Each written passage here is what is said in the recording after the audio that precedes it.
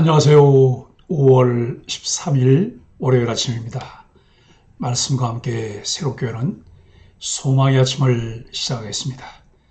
찰스 클랩은 예수님은 아버지를 온전히 신뢰하시기에 인내와 충성의 시험을 기꺼이 받으셨고 실패하지 않으셨다라고 이야기합니다.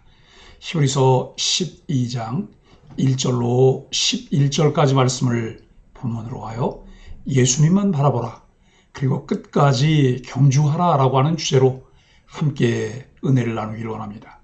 믿음의 퍼레이드를 벌였던 수많은 신앙의 거인들이 구름같이 둘러싼 허다한 증인들입니다. 그들이 왜 증인일까요? 그들에게서 어떤 증언을 들을 수 있을까요? 그들은 약속만 받은 채 하나님을 섬기며 그 약속을 따르며 순종했습니다. 약속의 성취는 볼 수 없었지만 그들이 옳았다는 것을 신약의 그리스도인들은 공감하고 인정합니다. 그들이 바란 것, 즉 그리스도를 통한 구원을 누리고 있기 때문입니다. 그들은 약속만 받은 채 신앙생활했지만 결국 온전하게 되었습니다. 허다한 증인들이 있기 때문에 우리는 죄를 벗고 인내로 경주하며 믿음의 주요 온전케 하시는 이인 예수님을 바라보아야 합니다. 낙심하지 말고 죄와 싸우되 끝까지 싸워야 합니다. 하나님은 우리를 아들로 여기시기에 징계하기도 하십니다. 징계로 인한 연단은 결국 의와 평강의 열매를 맺게 하십니다. 믿음의 경주를 하기 위해 버려야 할 것, 기억해야 할 것, 바라보아야 할 대상이 있습니다. 버려야 할 것은 믿음의 경주를 방해하는 죄요, 기억해야 할 것은 인내로 믿음의 경주를 해야 한다는 점입니다. 바라보아야 할 대상은 믿음의 창시자요 완성자이신 예수님입니다. 예수님은 믿음의 경주를 완주하신 모범입니다. 믿음의 경주를 마치기까지 경주자는 예수님의 눈으로 보고 예수님의 마음으로 살며 예수님의 손으로 섬겨야 합니다. 1절로 3절은 인내의 모범이신 예수님을 소개합니다. 신앙생활은 산책이 아니라 경주입니다. 전투와도 같은 신앙의 경주를 완주하기 위해 그리스도인들에게 필요한 덕목이 있습니다.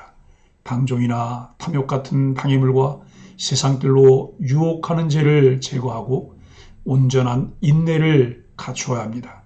믿음의 시작이며 완결자이신 예수님은 인내의 모범이십니다. 그분은 인류 구속을 위해 인내로 수치의 십자가를 지시고 하나님 보좌 우편에 앉으셨습니다. 예수님은 분명한 정체성을 가지고 계셨고 목적이 있는 삶을 위해 모든 것을 묵묵히 이기셨습니다. 자신을 거역한 죄인들을 참으신 그리스도를 기억할 때 우리도 인내할 수 있습니다. 하나님의 아들 그리스도이시기 때문에 그는 모든 것을 인내하실 수 있었습니다. 하나님의 아들 예수 그리스도께서 이루신 일로 우리가 하나님의 자녀요 거룩한 백성이 된 것에 대한 정체성을 갖고 있다면 우리도 분명한 목적을 따라 예수님처럼 살 수 있습니다. 우리의 노력이나 단순한 의지가 아니라 하나님께서 끊임없이 공급해 주시는 은혜 때문입니다.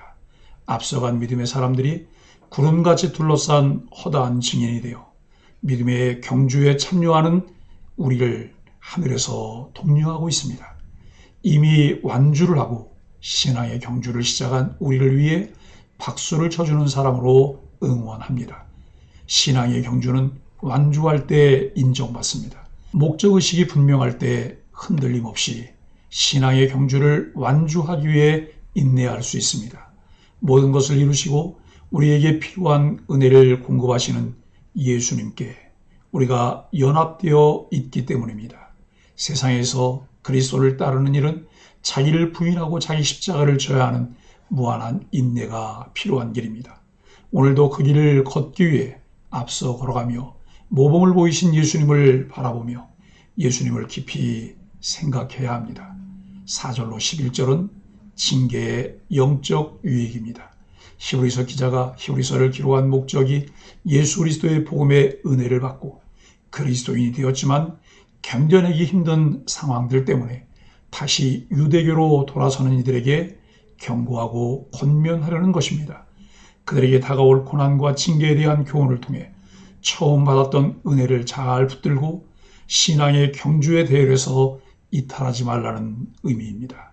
신앙생활은 100m 단거리 경기가 아닙니다. 42.19m를 달리는 장거리 마라톤과 같습니다. 11장에 나오는 믿음의 증인들과 달리 히브리서 수신자들은 아직 피 흘리는 싸움까지는 겪지 않았습니다. 신앙의 경주에는 하나님의 징계도 따릅니다. 징계를 대하는 두 가지 잘못된 태도가 있습니다. 하나는 오만으로 징계를 가볍게 여기는 것이고, 다른 하나는 징계로 인해 낙심에 빠지는 것입니다. 우리가 끊임없이 은혜 안에 살아야 할 이유입니다. 악한 죄의 본성이 우리 안에 있어서 늘 긍정적이며 선한 것을 취하게 하지 않고 악한 것을 따르게 합니다. 징계는 하나님의 사랑에서 비롯된 것이며 징계가 없다면 친아들이 아닙니다. 따라서 영의 아버지이신 하나님께 징계를 받을 때 복종하는 것이 옳은 태도입니다. 징계의 목적은 우리를 성숙시켜 하나님의 거룩하심에 참여시키기 위함입니다. 징계는 연단을 통해 의의 평강의 열매를 맺게 하는 유익이 있습니다. 고난은 감추어진 은총입니다. 범사의 하나님을 신뢰하고 인정하는 태도 자체가 하나님의 은혜를 입은 자의 삶입니다. 마음에 하나님 두기를 싫어하는 사람들은 하나님이 세우신 영적 기관을 인정하려 하지 않습니다.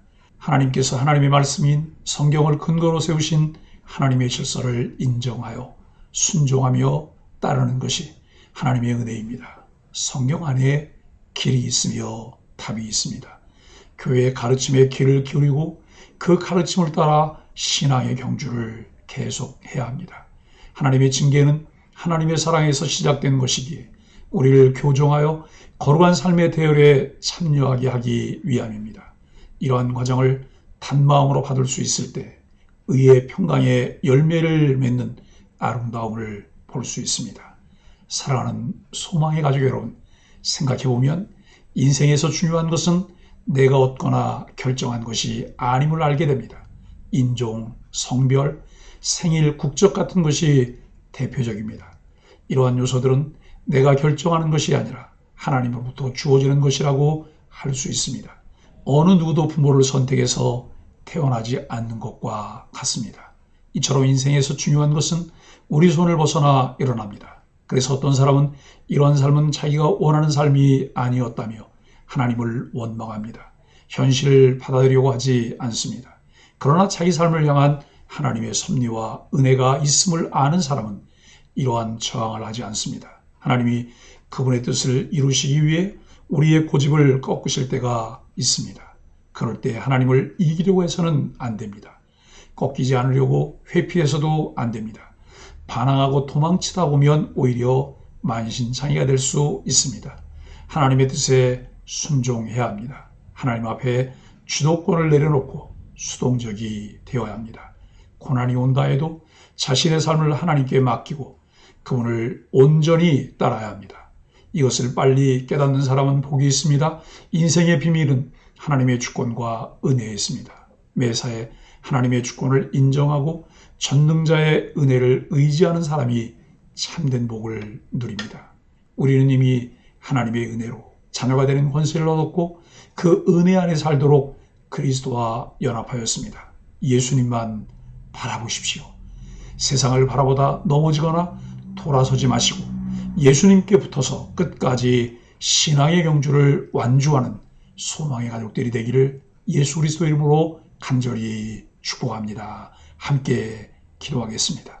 주님, 경건훈련에 방해되는 것, 거룩함을 지키는 데 올무가 되는 죄와 맞서 싸우려 하지 않았음을 회개합니다.